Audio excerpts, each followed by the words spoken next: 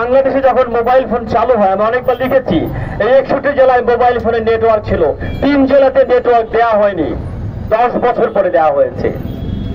এই যে আদিবাসীদের যে বলা হয় বিচ্ছিন্নতাবাদী, আমি জাস্ট খালি প্রশ্ন রাখতে চাই, কারা বিচ্ছিন্নতাবাদী? যারা মোবাইলে নেটওয়ার্কের মধ্যে আসতে চায় তারা বিচ্ছিন্নতাবাদী, নাকি যারা আমরা নেটওয়ার্ক থেকে তাদেরকে বিযুক্ত রাখি তারা বিচ্ছিন্নতাবাদী? যারা বাংলাদেশের সংবিধানকে মেনে সেই সংবিধানের মধ্যে তার স্বীকৃতি চায় তারা বিচ্ছিন্নতাবাদী, নাকি যারা আমরা সংবিধানের মধ্যে আদিবাসী শব্দটা দিই না দিয়ে তাদেরকে ক্ষুদ্র নৃগোষ্ঠী বলি? এই ক্ষুদ্র শব্দের মধ্যে এক ধরনের মেজরিটারিয়ান এথনোসেন্ট্রিক ক্লেম আছে যে আমি হচ্ছে বড়, বাকি হচ্ছে ছোট। এই যে উপজাতি শব্দটা তাদের জন্য ইনসাল্টিং। আমাদের সংবিধানে এই উপজাতি শব্দটা এখনো রয়ে গেছে। যারা প্রধান জাতিগোষ্ঠীর বাইরে ভিন্ন ভাষা, ভিন্ন নৃতাত্ত্বিক বৈশিষ্ট্য, ভিন্ন সংস্কৃতি, ভিন্ন খাদ্যাভ্যাস দিয়ে, ভিন্ন পোশাক দিয়ে তার স্বতন্ত্র সক্রিয়তা বজায় রাখতে পারেন, তাদেরকে বলা হয় ইন্ডিজিনাস পিপল। এটা অ্যাবরিজিনালসের বাংলা, আদিবাসী না। আপনারা শুনে অবাক হবেন, দিনাজপুরের চিরির বন্দরে 1944 সালে একটা স্কুল এখনো আছে, তার নাম আদিবাসী মহাবিদ্যালয়।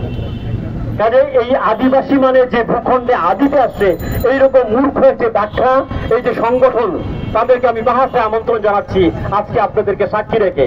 আদিবাসী শব্দ নিয়ে, তাদের সংস্কৃতি নিয়ে, বৈচিত্র্য নিয়ে জাতিসংঘ কি বলে, বাংলাদেশ কি বলে, আমরা কি বলি, আর তাদের ব্যাখ্যা কি, এই যে বিতর্ক করবার জন্য আমি এই মঞ্চ থেকে তাদেরকে উন্মুক্ত বাহাসে আমন্ত্রণ জানাচ্ছি।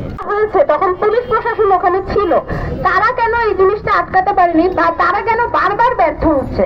বারবার কয়েকজন মানুষ মিলে একটা মব ক্রিয়েট করে যে কোনো একটা জায়গায় যাওয়া হচ্ছে, যাওয়ার পরে তারপরে তারা হচ্ছে হামলা, মানে যে কোনো একটা দাবি বাস্তবায়ন করে নিয়ে চলে আসছে। তো আমরা কি মব তন্ত্রতেই থাকবো, নাকি আমাদের ইন্টারিম গভর্নমেন্ট বা বাকিরা এমন পদক্ষেপ নেবে যেটার মাধ্যমে এই মবকে মোবিলাইজ করার আটকানো যায় এবং এই ধরনের হামলার ক্ষেত্রে যথাযথ পদক্ষেপ তারা নেয়?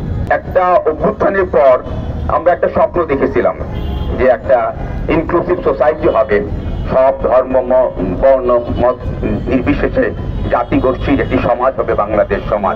কিন্তু তারপরে আমরা দেখলাম যে আমাদের স্বপ্ন ভেঙে চুরমার হয়ে গেল।